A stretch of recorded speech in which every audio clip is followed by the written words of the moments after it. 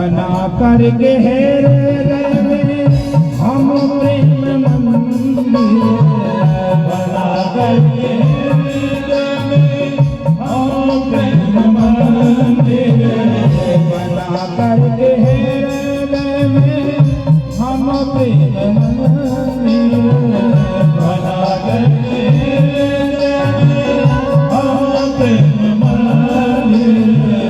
वही उनको झूला झुलाया करेंगे, वही उनको झूला झुलाया करेंगे। कन्हैया कन्हैया पुकारा करेंगे, कन्हैया कन्हैया पुकारा करेंगे। लताओं में भेजेगी गुजारा करेंगे हम, लताओं में भेजेगी गुजारा करेंगे।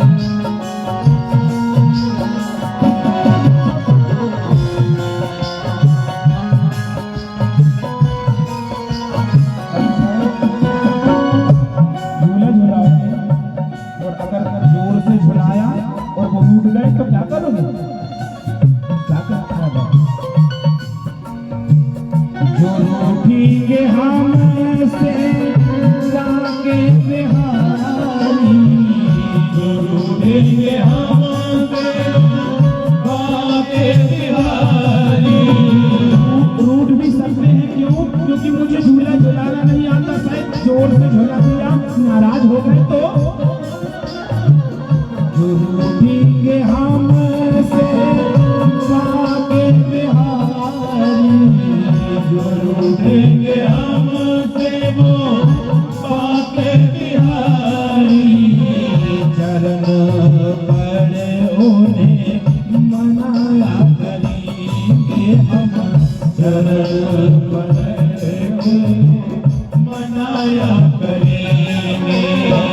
कन्हैया कन्हैया कन्हैया कन्हैया, कन्हैया कन्हैया कन्हैया कन्हैया, कन्हैया कन्हैया पुकारा करेंगे, कन्हैया कन्हैया पुकारा करेंगे।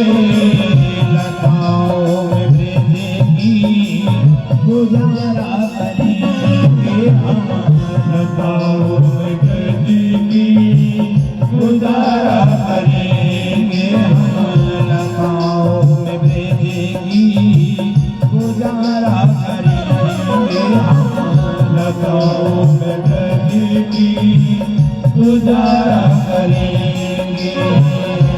सीता राम राम राम राजा राम राम, सीता राम राम राजा राम राम, सीता राम राम राम राम राम, सीता राम राम राम राम राम राम, सीता राम राम राम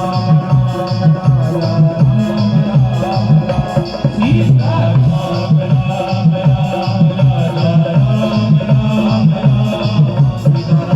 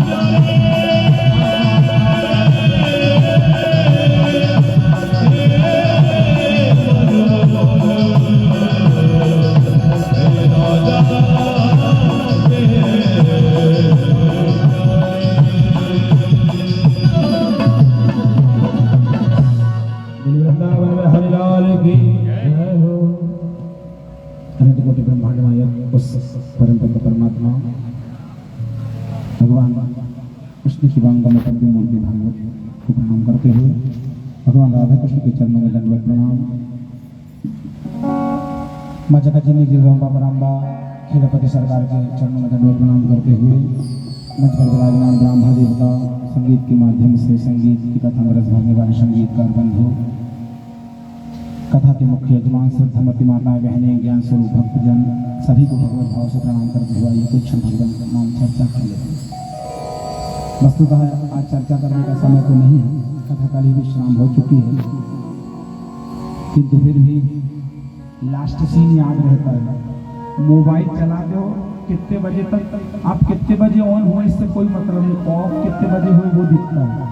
पता चला 2 बजे नींद खुली और हमने डाटा ऑन कर लिया, दिख गया 2 बजे। घर में पिताजी बोलेंगे 2 बजे रात तक ऑन था, अरे मैं रात 2 बजे रात तक ऑन नहीं था, थोड़ी देर के लिए ऑन हुआ था, लेकिन लास्ट सीन 2 बजे था। यही सोचेंगे कि रात भर ऑन ही रहा होगा, इसलिए लास्ट सीन बहुत काम करता है, इसीलिए थोड़ी देर भगवान नाम चर्चा कर ही नहीं। अच्छा एक बात समझिए, किसी ने आपको 1 किलो मिठाई खिलाई, खूब खिलाई, और आखिरी में किसी ने एक छोटी सी मिर्ची खिला दी, 1 किलो मिठाई खत्म, मिर्ची का स्वाद रह जाएगा। इसलिए अंतिम मते सो गति, अंत समय आए सावधान हो जाइए, गोविंद को भजिए, वही कल राम नाम जप। जीवन में आपने खूब जप किया, खूब तप किया, लेकिन जब अंत समय आया और मुख से राम नाम नहीं निकला तो सारा जप तप खत्म, भूल गए। ट्रेन की रिजर्वेशन 1 महीने पहले से करवा लिया, दिल्ली जाऊंगी, ट्रेन कितने बजे है, मंगलवार को है, ठीक 10 बजे, समय भी है, पैसा भी खर्च कर लिया, बुकिंग भी करवा लिया, पता चला 10 बजे ट्रेन छूटनी थी, हम 10:05 में गई, टिकट चली गई, पूरा पैसा चला गया, 1 महीने की बुकिंग समाप्त, वो रोकेगी नहीं।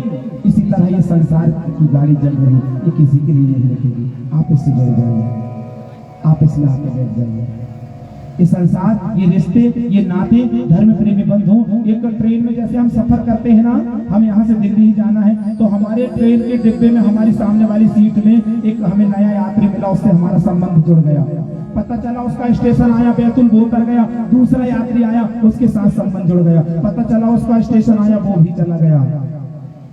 यात्री बदलते जाते हैं, सीट वही है। ठीक इसी तरह संसार यही है, हमारे रिश्ते बनते हैं और बन करके टूट जाते हैं। दादाजी थे, पता चला दादा चले गए, बेटी आ गई, पिताजी चले गए, नाती आ गई, बहू आ गई, रिश्ते बढ़ते जा रहे हैं, पुराने जाते जा रहे हैं, नए आते जा रहे हैं। यही संसार का नियम है, कोई नहीं रोका है। साथ में क्या जाएगा, धर्म जाएगा। किसी ने कहा, सुनी क्या, कि धन और धरा के बीच में यूं धरा रह जाएगा। धन और धरा अर्थात भूमि, धन और धरा के बीच में यूं धरा रह जाएगा, और पशु भी बंधे रह जाएंगे जब कूच का दिन आएगा। कोई काम नहीं आएगा। पत्नी भी तेरा साथ देगी तो केवल घर के द्वार तक, और बंधु बांधव भी ले जाएंगे तो शमशान तक। सब ले जाएंगे, राम नाम सत्य है, सबके यही ग्रंथ है, लकड़ी में रखे, फूके और चले, कोई किसी को। बंधु बांधव भी ले जाएंगे तो केवल शमशान तक, और तेरी देह को जलाकर हर व्यक्ति घर आ जाएगा। पर धर्मी है प्यारे, जो अंत में भी तेरे साथ जाएगा। बोले वृंदावन में हरिलाल की। ये धन, ये धर्म, जो ये भागवत के रूप में, सत्संग के रूप में ये धर्म हो रहा है, यही आपके साथ जाने वाला है। ये दुकान, मकान, धन, सोना चांदी, हीरे जवाहरात सब ही रह जाएंगे। धर्म करो, धर्म से जुड़ो। महाराज, धर्म करने का समय नहीं है, कैसी कथा करें, इतना समय नहीं, 3-3 घंटे बैठे। हमारी सरकारी नौकरी है, हमारे पास पद है, हमारे पास बहुत बड़ा कारोबार है, 3 घंटे नहीं बैठ सकते, कैसे समय दें।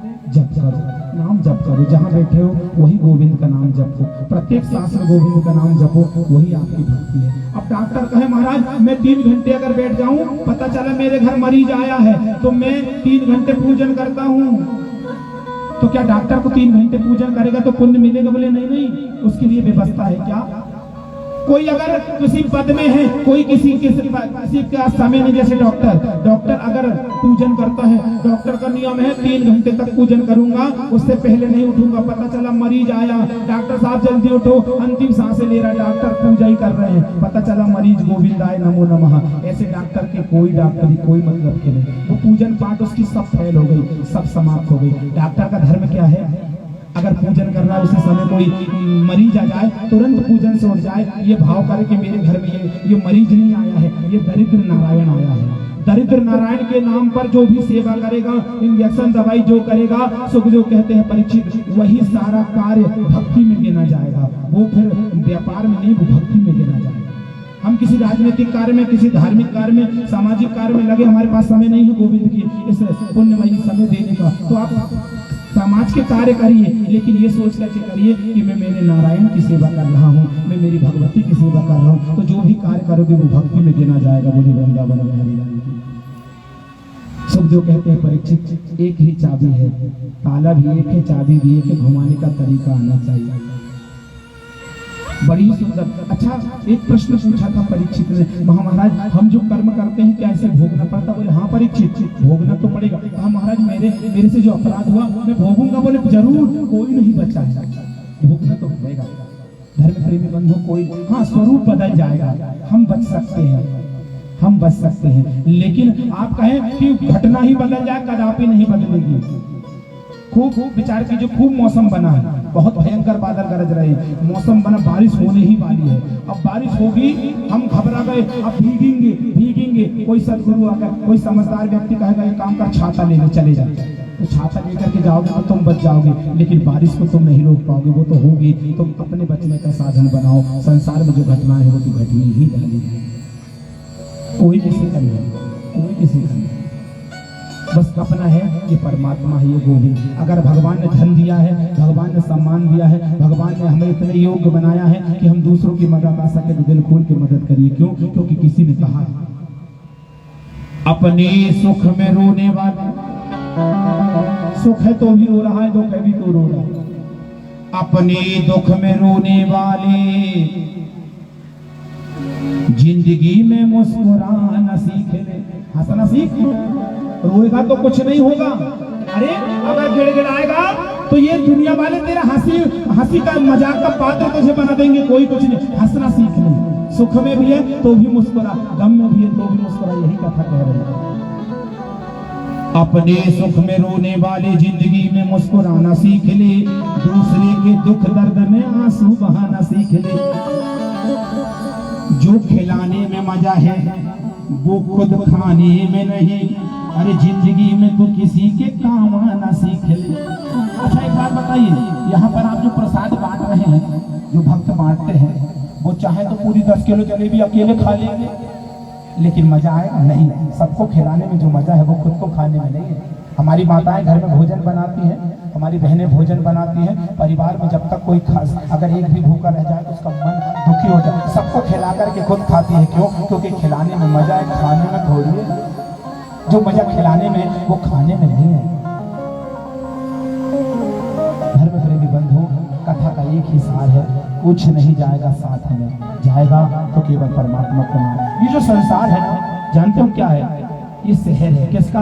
परमात्मा का बनाया हुआ शहर है ये, और हम यहाँ पर मुसाफिर बन के आए हैं। हमें भगवान ने पुण्य रूपी धन दिया है, उस पुण्य रूपी धन से दुनिया के जितने सुख दुख खरीदना है खरीद लो। जिस दिन हमारा धन समाप्त हुआ, हमारी मुसाफिरी पूरी होगी और हमें जाना पड़ेगा। लेकिन हम इस शहर में आए हैं मुसाफिर बन के, हमारा एक उद्देश्य होना चाहिए, क्या? कि प्यारे हमें एक बार तेरा दर्शन करना है, एक बार तेरा दीदार हो जाए। किसी ने गाया भी तो है ना, आइए गुनगुना लेते हैं। हम तेरे शहर में आए हैं, और ये शहर परमात्मा का ही है, हमारा नहीं है। हम तो यहाँ मेहमान हैं। कितने दिन के हैं? जितने दिन का जीवन, उसके बाद चले जाएंगे। बाजार लगती, चांदा निकलना, आपके यहाँ बाजार लगती है, निश्चित समय के लिए लगेगी। उसके बाद सारे दुकानदार अपनी अपनी दुकानदारी समेट करके चले जाएंगे, जगह कोई नहीं ले जाता। इसीलिए एक ही निवेदन करना है, क्या? हम तेरे शहर में आए हैं मुसाफिर की तरह, हम तेरे शहर में आए हैं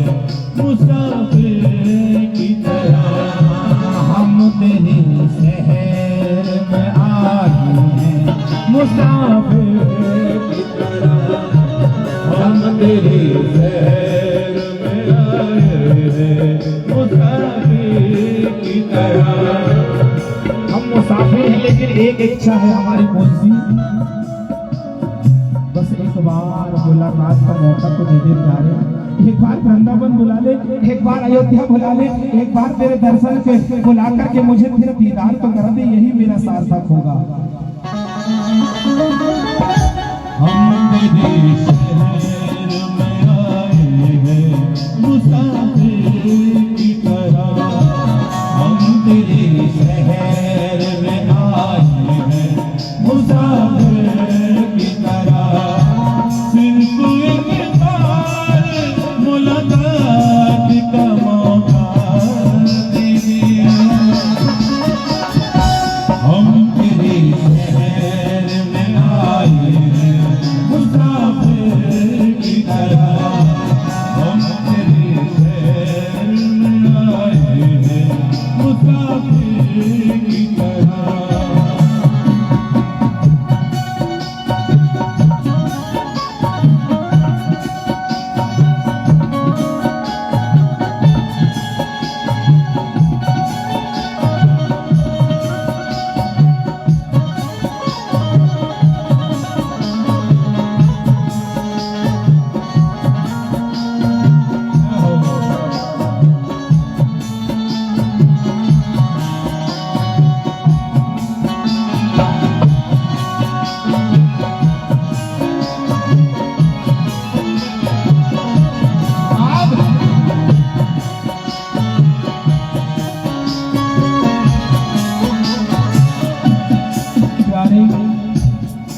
मेरी मंजिल क्या है मैं जानता ही नहीं हूँ। हमें लगता है कि घर से निकल गए दुकान हमारी मंजिल है, दुकान से निकल गए घर हमारी मंजिल नहीं। कहाँ ये आंसुओं की सौगात होगी, कहाँ ये आंसुओं की सौगात होगी, नए लोग होंगे और नई बात होगी, पर हर परिस्थिति में मुस्कुराता रहूंगी प्यारे।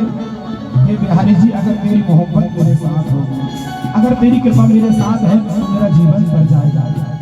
और मानो यही हमारी मंजिल क्या है हमें नहीं पता, यही तो किसी ने कहा है।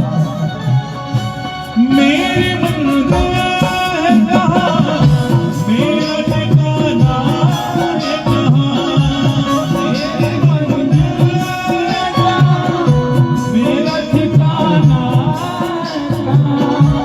सुबह तुझसे बिछड़े मुझे जाना है कहाँ, तुझसे बिछड़े मुझे जाना है कहाँ। सोचने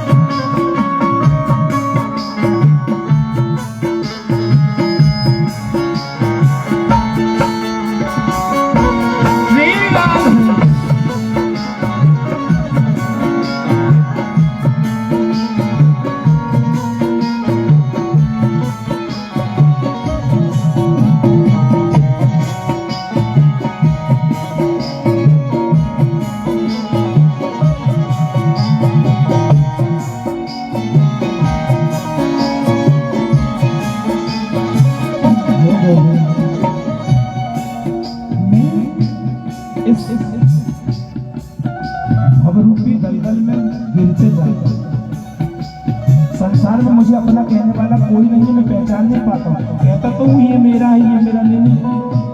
किसे अपना कहे कोई अपना ना मिला, और इंसानियत को खून का रिश्ता नहीं मिला। किसे अपना कहे कोई अपना नहीं मिला, इंसानियत को खून का रिश्ता नहीं मिला। अरे जिसे खोजता रहा मैं दुनिया भर में, जब खोजा तो वो मुझे मेरे दिल में ही मिला। कहीं नहीं है परमात्मा, हमारे हृदय में ही है। एक ही निवेदन प्यारे, इस शहर में आया हूँ, एक बार मेरा दर्शन हो जाए। कुछ मेरे प्रश्न हैं, वही प्रश्न का उत्तर मुझे दे दीजिए। और मानो यही कहा,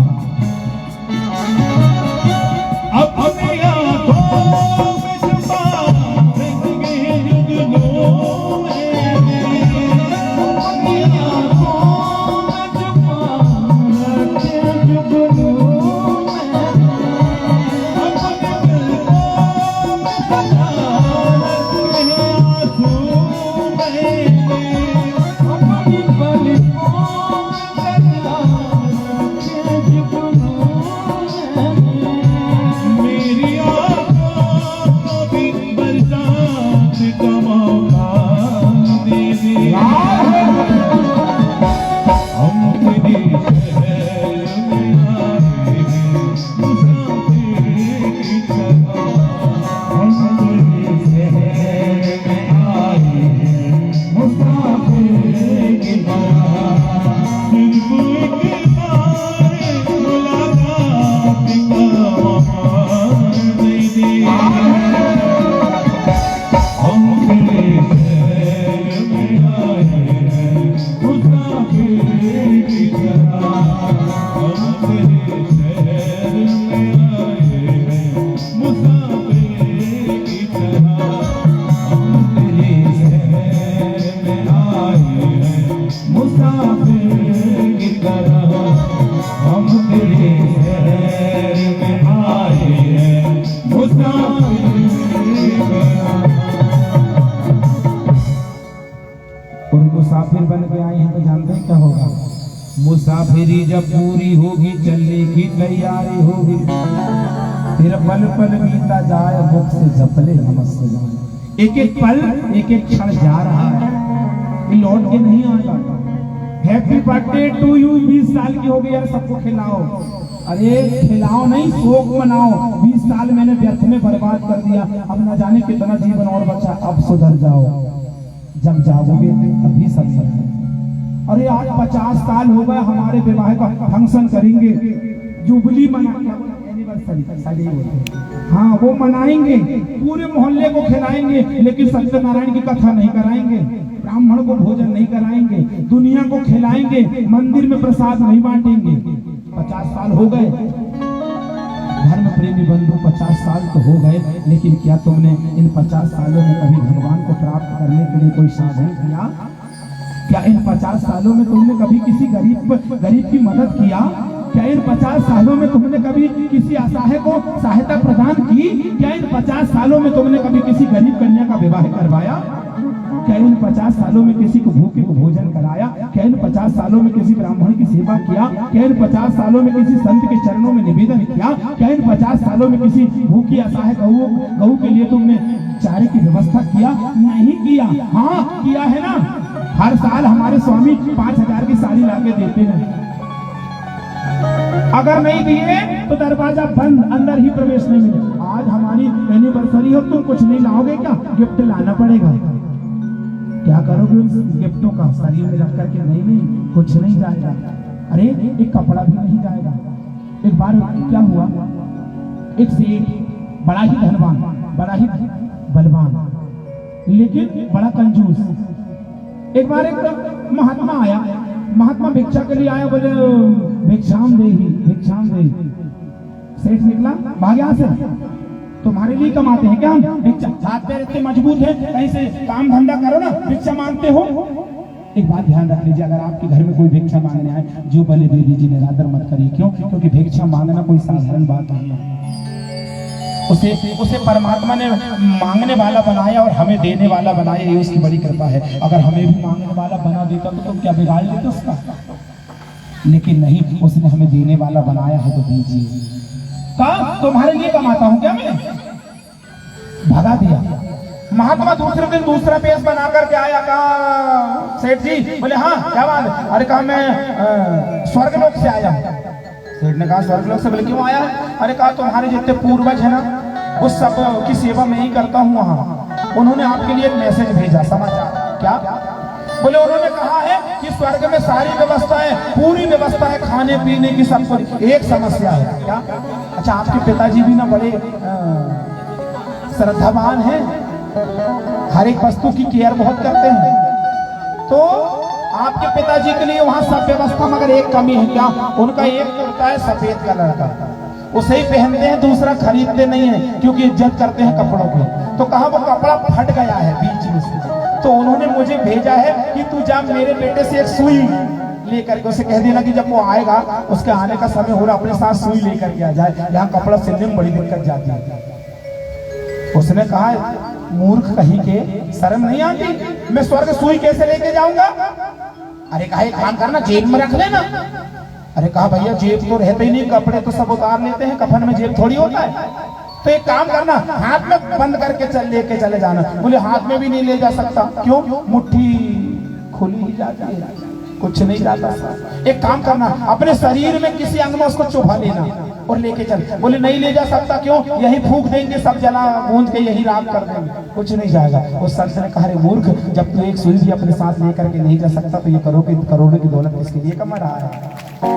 क्यों मर रहा है? प्रसन्न होकर मुक्त कंठ से खा और प्रेम से गा, भगवान का भजन किसके लिए जोड़ रहा है? ये माया कोई काम नहीं आएगी। एक सुई नहीं ले जा सकता और करोड़ों की संपत्ति बना रहा है। 2 स्टोरी की मंजिल है महाराज, क्या करेगा?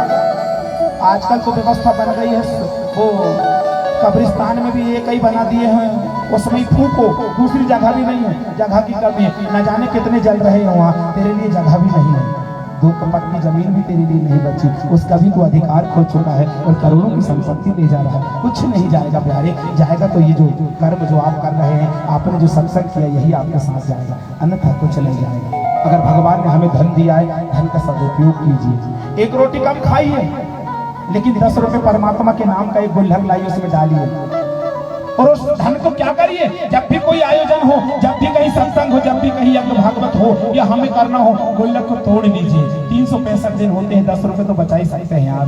गुटखा में थूक देते हो 10 रुपए, तम्बाकू में सूख देते हो, 50 रुपए की सिगरेट फूक देते हो। अगर 10-50 रुपए गुल्लक में हमने परमात्मा के लिए बचा दिया तो क्या बिगड़ जाएगा? लेकिन नहीं देंगे। क्यों? अरे बेमतलब है। क्या मतलब? हम घर में लाके खाएंगे तो वो काम आएगा? नहीं, ये भगवान का नाम ही साथ में जाएगा। कहा ये जो कर्म करते हो भोगना पड़ेगा। एक बात ध्यान रख लीजिए, इससे कोई नहीं बच पाएगा। अगर कहा कि महाराज कर्म की गति तो भोगनी पड़ती, बोले हम जैसे सुनिए एक दृष्टांत। समय तो नहीं हो रहा है, क्या दृष्टांत क्या दिया जानते हो? एक बार एक राजा था, राजा का एक ही लड़का, उसका विवाह एक राजकुमारी के साथ हो गया। और जब विवाह हुआ ना तो नई नवीनी दुल्हन घर में आई तो राजा के घर में हथियारों की कमी थोड़ी होती, तलवार थी। जिस कक्ष में उस राजकुमार का कक्ष था वहीं दुल्हन गई। उस दुल्हन ने कहा महाराज मैंने आज तक तलवार नहीं देखी। तो कहा ये देखो हमारे सिरहाने पर ही तलवार टंगी है। कहा मैं लेट जाता हूँ तुम देख लेना। वो बेचारा सोया, तलवार वजनदार थी, खींची तलवार हाथ से छूट गई, 2 धारी तलवार सीधी गिरी और वो राजकुमार का सर कट गया, अलग हो गया। घबरा गई, अभी विवाह हुआ है कि राजकुमार मेरे हाथों के मारा गया है, अब राजा मुझे छोड़ेगा नहीं, क्या करूं? उस मृत शरीर को लेकर के गई। उसी समय एक पंडित जी प्रतिदिन इनके महल में आते थे पूजन करने के लिए। क्या किया? उस तुलसी की गर्भा के पीछे उस मृत शरीर को छिपा दिया। और जैसे पंडित जी आए जोर जोर से आवाज लगाने लगी, अरे अरे इस पंडित ने मेरे पति को मार दिया, अरे इस पंडित ने मेरे पति को मार दिया। जैसे कहा पति ने पंडित को मार दिया तो राजा भयभीत हो गया, मेरा एक ही पुत्र है। दौड़ करके आया तो क्या देखा था? शरीर उसका मृत पड़ा हुआ है। उसने कहा, उस राजकुमारी ने, महाराज इसी ब्राह्मण ने आपके पुत्र को मारा है, देखो ये तलवार पड़ी है और ये यही खड़ा है। सारे सबूत उस ब्राह्मण के खिलाफ थे। राजा ने उस राजदंड में उसे दंड दिया, कहा ये ब्राह्मण है, ये मार नहीं सकता, लेकिन सबूत इसके खिलाफ है, क्या करूं? इसे अपने शहर से एक हाथ काट दो इसका। उसका एक हाथ काट दिया गया। वो अपने गुरु के पास गया, गुरुजी मैंने जीवन में, मुझे जब से याद है मैंने जीवन में कभी किसी का दिल नहीं दुखाया, किसी का बुरा नहीं किया, फिर मेरे साथ ये घटना क्यों हुई, मैंने किसी का क्या बिगाड़ा था जो हाथ कट गया। गुरुजी ने कहा, देख बेटा मैं इसका उत्तर नहीं दे सकता, लेकिन मेरे गुरुजी काशी में रहते हैं, उनके पास चले जाना, वो जरूर उत्तर देंगे। ठीक है, अपना एक हाथ कटा लेकर के सीधा चला गया गुरुजी के पास। पता पहुंचा, पूछते पूछते जैसे घर में पहुंचा, आवाज लगाई, गुरुजी गुरुजी। उनकी पत्नी निकली, दरवाजा खोला, क्या बात है? अरे कहा, गुरुजी मर रहा होगा कहीं तेरा गुरु, किसी के घर टुकड़े तोड़ रहा होगा, कहीं पड़ा होगा। इतनी बुरी गालियां दी। उसने कहा, राम राम, ये गुरु की पत्नी है, कब आई?